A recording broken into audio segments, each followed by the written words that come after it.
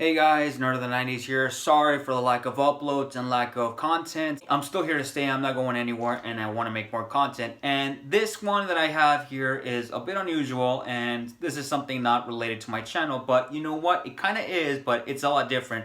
But since seeing this today on a Tuesday, I really wanted to give this review because I really did like this film, and I want to at least give it the benefit of the doubt. And that is Overlord, directed by Julius Avery, starring Wyatt Russell, Kurt Russell's son, Jovan Adepo, if I pronounced your name right, Pilo Asobek, Mathilde Oliver, John Magaro, Ian de McCaster, if I pronounced your name right, and Dominic Applewhite, if I pronounced it right too. And yeah, those are the actors, and let's give the 10 reasons.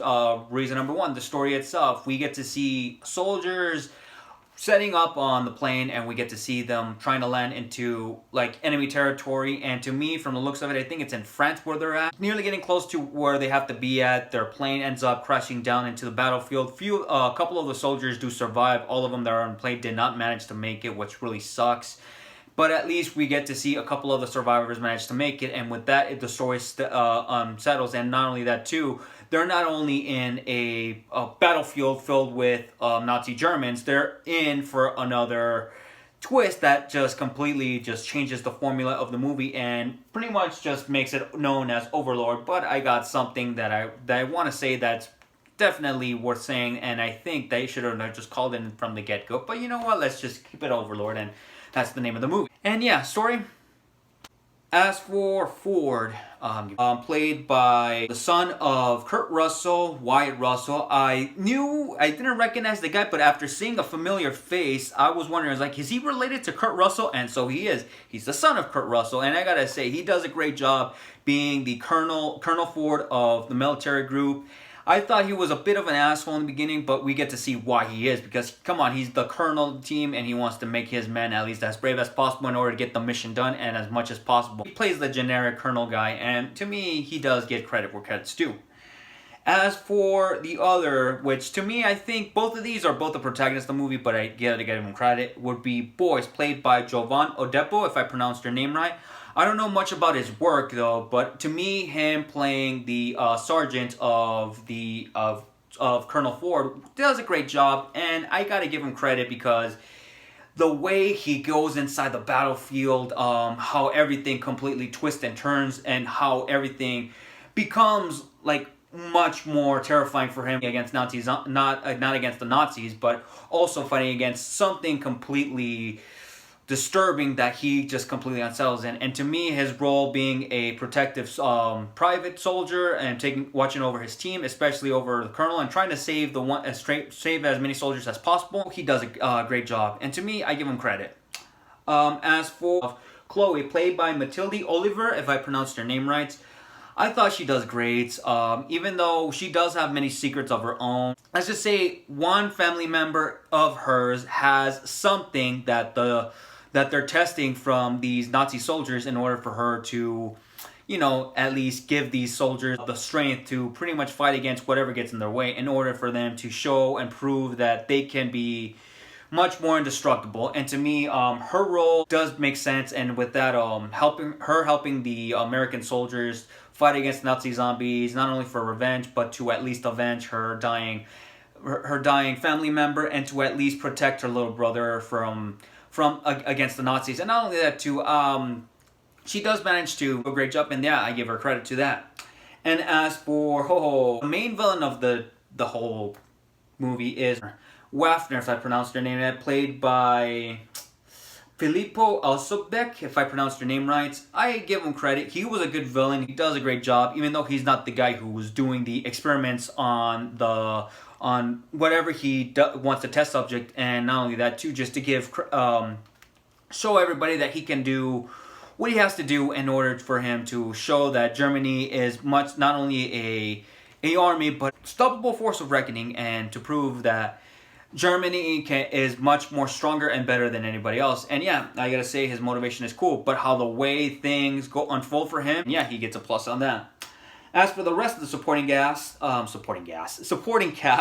Tibbet, Chase, and other Nazi soldiers. Well, first let's start with the other soldiers that are with Ford and Boyce, and also Chloe. They were doing great, and yeah, many things. Them being part of the team and at least being protective against the soldiers does great, and yeah. At least we get to see a little bit of screen time from them, and seeing that they need to be protective. One of them's a bit of an asshole, and I have to say, at least later on down the line, you kind of grow with him, and you understand why he's a bit of a snarky asshole. And as for the other Nazi soldiers who are with Waffner, they're pretty cool, especially the doctor, who was just very creepy. With that, the supporting cast does get credit where credit's due, and that's all I gotta say. Action from the movie, even though you get a little bit of action, you get the action from the beginning of the movie where the soldiers try to land exactly to enemy territory, and they managed to at least make it. That part was really cool, and it's a bit loud though. The movie I had to cover my ears a little bit because the movie was a bit loud. It's not a nitpick, but to me it felt like it was like a Battlefield moment and a Call of Duty moment where they were like landing there into enemy territory, and to me I thought that part was cool.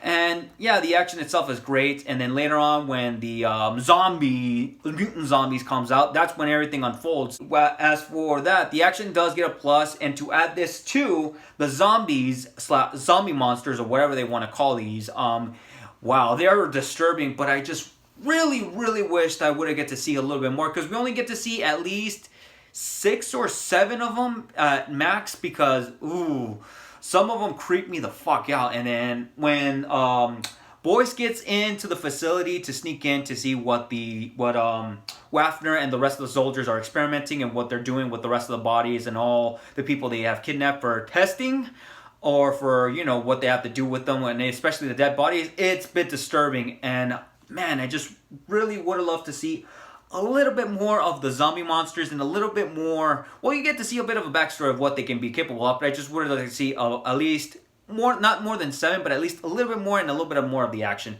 But hey, at least the action itself, for the fighting, the gunplay, the Battlefield stuff, Call of Duty stuff, Wolfenstein action, I gotta give it credit where credit's due, and yeah, I give it a plus. As for here's the bit of a nitpick here. As I said too, the zombies were cool and stuff like that, and everything else with the movie. Seeing that the zombies do get screen time, but not much action, because we get to see, for example, in the beginning of the movie, it was more like it's more like of a Call of Duty movie with Battlefield elements in it, and then in the middle of the movie, we get to see a bit of Wolfenstein / Resident Evil kind of elements of the movie, and that's where everything unfolds. And then nearly at the third act, we get to see all four elements combined to see how things unfold. And to me, that part was awesome. The movie also has a bit of a bad pacing at some elements, but you know what? At least the only thing that carried around is the soldiers fighting against each other, trying to see how much they can reach into enemy territory, and to at least complete their objective to take down the tower, to at least overtake where the Germans are taking place. And yeah, that's all they get. And I really would have loved to see a little bit more elements of the movie, and that's all I gotta say for that. Is this movie worth seeing and worth checking out? Yes. What sucks is this movie got overlooked. It managed to make around $33 million out of the $45 million budget, which is kind of steep. But all I can say is Julius Every and the rest of the actors, I would have loved to see a little bit more of the horror aspect of the movie, because as I said from my previous thing, the beginning, it felt like Call of Duty and Battlefield. And then the other middle of the movie felt like a bit of Resident Evil and Wolfenstein elements of it, because you get to see the horror stuff and stuff like that. And I really would have loved to see that in the beginning, but you get to see a little bit of that in the first act, but not much. But halfway through, you're now getting it. But then in the third act, that's when all 4 of those elements that I mentioned, both Battlefield, Call of Duty, Resident Evil, and of course Wolfenstein, combined with all those 4 biggest video games that you can say were combined. And to me, I thought it was really cool. I would give this movie a 8 out of 10. I liked it, and I would recommend it to all the fans who love World War II movies with a little bit of horror aspect in it, even though you only get a small pick of it in the middle, and then halfway, and then at the ending you kind of get it all. I really did like the fight in the very final act. I can't say much, but oh, that part was really cool. But I just really would have loved to see a little bit more, but it's all you can get. What I'm really mad is that they're setting up a sequel, but I think a sequel is inevitable, seeing how much the movie did not made a lot of money, and that's what kind of sucks. And seeing that there was not bigger stars, no offense to Kurt Russell's son, Wyatt Russell, and the rest of the cast, they managed to deliver, and they do a fantastic job on carrying this movie. But I just, like I said, would have loved to see more horror aspect, and it felt like more like a B movie to me and Max. And so yeah, 8 out of 10.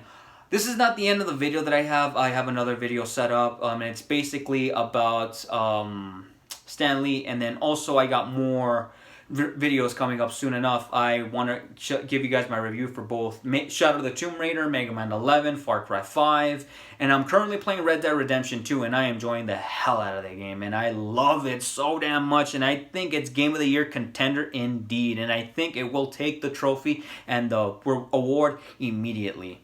So yeah, with that in mind, guys, I'll see you guys in the next video. Bye-bye. Oh my gosh, it's Call of Duty! Call of Duty the Battlefield! Call of Duty with Nazi zombies, a Wolfenstein, and Resident Evil! Call of Duty, Resident Evil Battlefield! Call of Duty! The movie's fucking cool! Go watch it! Don't ignore it! Watch it! Watch it!